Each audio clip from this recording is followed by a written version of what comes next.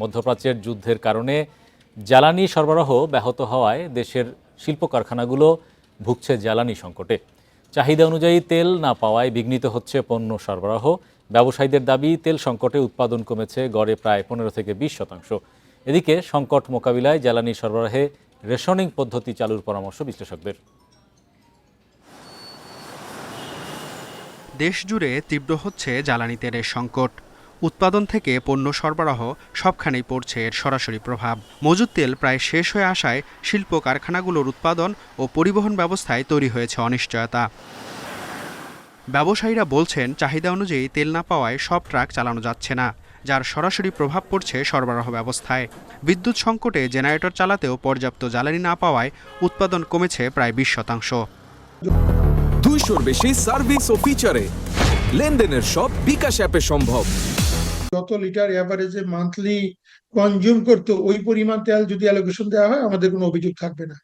তারা যদি ওইটাকে বিবেচনায় না নিয়ে বর্তমানে যদি তারা যেন তেন ভাবে একটা রেশনিং করে দেয়, তাহলে কিন্তু ইন্ডাস্ট্রি সাফার করবে, ইকোনমি সাফার করবে। রপ্তানিমুখী পোশাক শিল্প মালিকদের সংগঠনগুলো ইতিমধ্যে তেলের চাহিদা অনুযায়ী তালিকা তৈরি করছে, তবে পরিস্থিতি এখনো স্বাভাবিক হয়নি।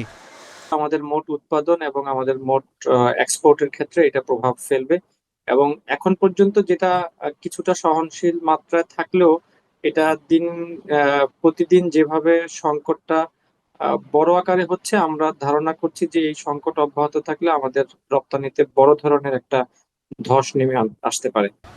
এদিকে জ্বালানি সরবরাহ দ্রুত স্বাভাবিক না হলে রপ্তানি ও বাজার ব্যবস্থায় বড় ধরনের চাপ তৈরির আশঙ্কা করছেন বিশ্লেষকরা। সংকট মোকাবিলায় জরুরি ভিত্তিতে রেশনিং চালু করে শিল্প ও সেবা খাতে অগ্রাধিকার দেওয়ার পরামর্শ তাদের। যে জ্বালানি হাতে রয়েছে এবং যে জ্বালানি আগামী দিনগুলোতে আসছে, সেটুকু দিয়ে যতটুকু প্রলম্বিতভাবে আমরা এটুকু ব্যবহার করতে পারি, এবং ব্যবহার করার ক্ষেত্রে আমাদের অর্থনৈতিক উপযোগিতার ভিত্তিতে যে সমস্ত কার্যক্রমে এটা বেশি দেওয়া দরকার, সেই কার্যক্রমগুলোকে যেন প্রাধিকার ভিত্তিতে যাতে আমরা দেই। মধ্যপ্রাচ্যে যুদ্ধের প্রভাবে মার্চে 17টি জাহাজে দেশে ডিজেল আসার কথা থাকলেও এখন পর্যন্ত এসেছে 10টি।